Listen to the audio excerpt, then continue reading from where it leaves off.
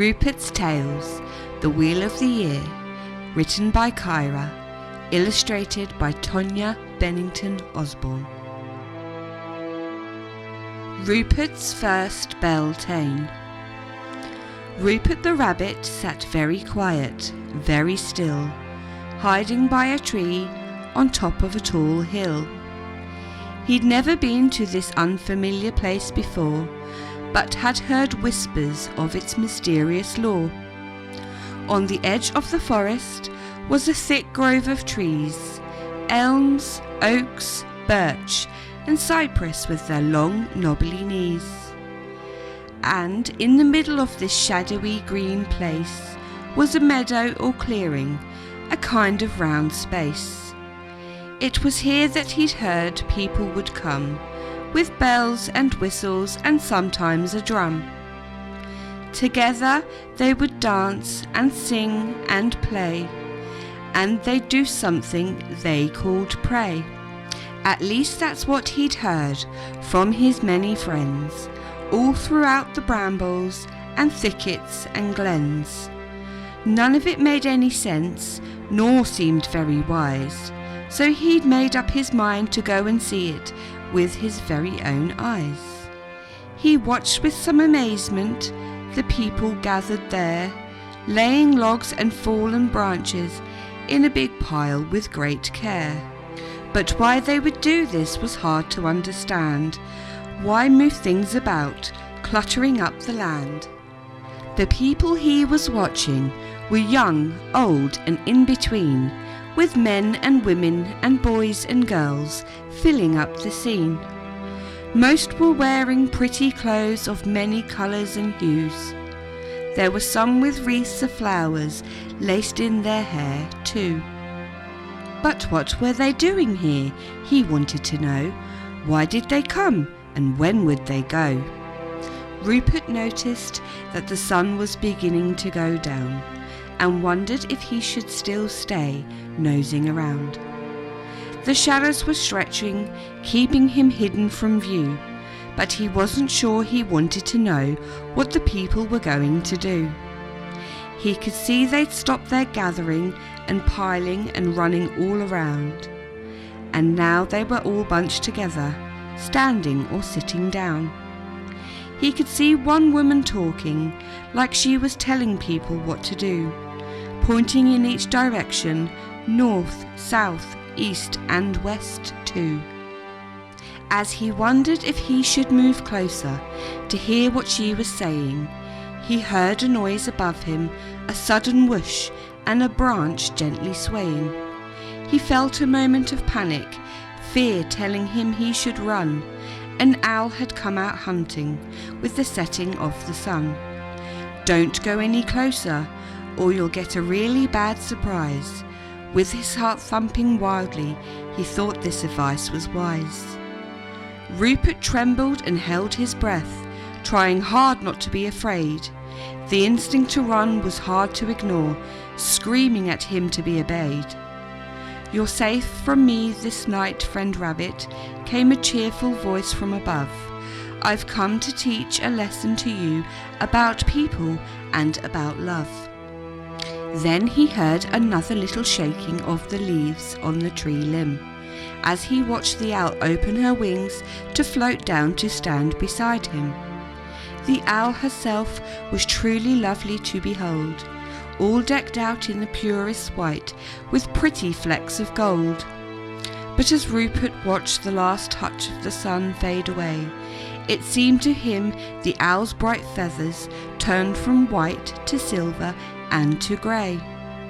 He could feel his heart slow down, no longer afraid it would quit, and the twitching in his long legs began to relax a little bit.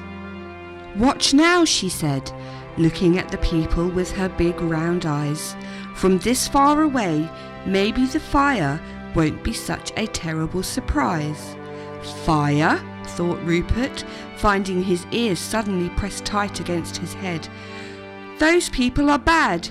Don't they know we'll all end up dead?" "Hush now," said the owl, touching him gently with her smooth silvery wing. "This is a time for God and Goddess, and all the blessings that they bring. If you'll be very quiet and very brave too, you'll have the chance to learn a new thing, or maybe even two.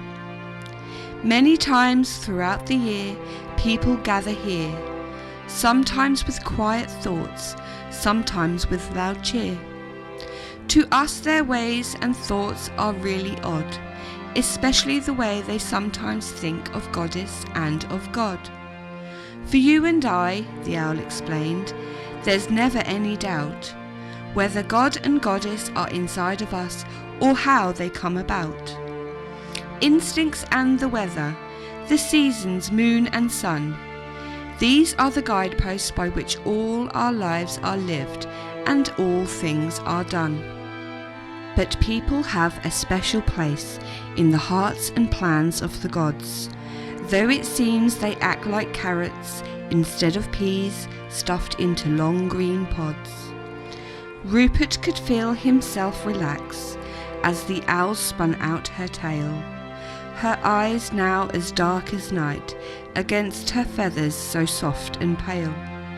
Suddenly they went from black to gold, and her feathers from grey to white, as the fire the people had made flared up to make the clearing bright. Stand fast now, be steady, and try real hard not to flee. These are things you can learn if you will hold real still and listen close to me. Tonight these people have gathered here to celebrate and feast. They worship together, from the greatest among them to the very least. There are many reasons they gather, for blessings and boons, and sometimes even for bane.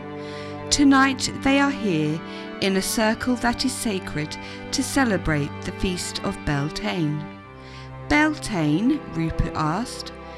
What is this feast and what does it mean? And why do people come here to trample the grass that's finally turning so green? Beltane means different things to different people, depending on their ways. Midway between the spring equinox and summer solstice is when this feast holds sway. Some call this time the festival of flowers, fertility, sensuality or delight. The true aim of these people here is honouring spring at its fullest and its height. There was a time when people lived much more like we do now, when it was to the seasons and the weather that they had to learn to bow. But times and ways will always change, even for beasts and animals like us. And now with wind and rain, feast and famine, people hardly have to fuss. And so it is, they come here to embrace Goddess in her own place, many hoping to catch a glimpse of God as the green man face to face. It is here among the trees and fields they can feel best the way it used to be, when man and woman worked hand in hand with earth, air, fire and sea. Here they feel the call of the sun and moon in their blood and in their bones, no matter the steel and concrete for which they now build their cities and homes. And it is here, with the breath of the goddess and the god touching their faces, that they can feel much more firmly, each of them, their rightful places. For as you are aware, my friend, the owl said, giving Rupert a knowing glance, not one of us is here merely by accident, nor by chance. It takes a woman and man to create both girls and boys, with all the trouble that can mean and also all the joys. Beltane is a very special time of year, meant to celebrate passion and love, so that people will remember to take the time to make their lives below as it is above. The people you see here dancing around their May Eve fire, they are celebrating their own very human and very sacred desire. From shaking hands to caressing a child's sleeping face, touching each other is a natural thing to do among the human race. I think I understand, said Rupert, his long whiskers tickling the white owl's beak. Tonight is comfort, passion and love the women and men will seek. True blessing shared in the union of goddess and god, his companion agreed. Of guilt or remorse or fear, there truly is no need.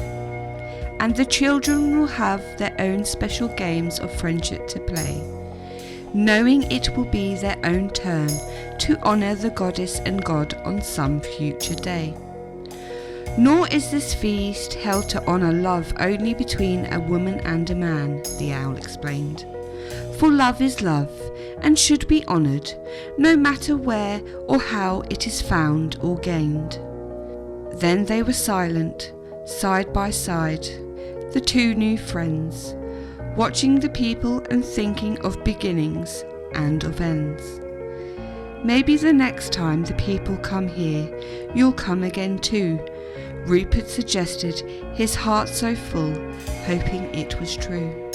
But when he turned to look at her, standing in the white owl's place, was she who has many names, and a man who had green leaves for a face. Rupert gasped, then bowed his head, not knowing what to say. He was stunned to think God and Goddess would visit him this way. "Thank you for listening," said the lady, with a voice all silvery bells, "and for keeping this Sabbat, with all the people gathered here as well. Keep an eye out for our return," the Lord told Rupert with a grin, "for you never know when we'll come to see you once again."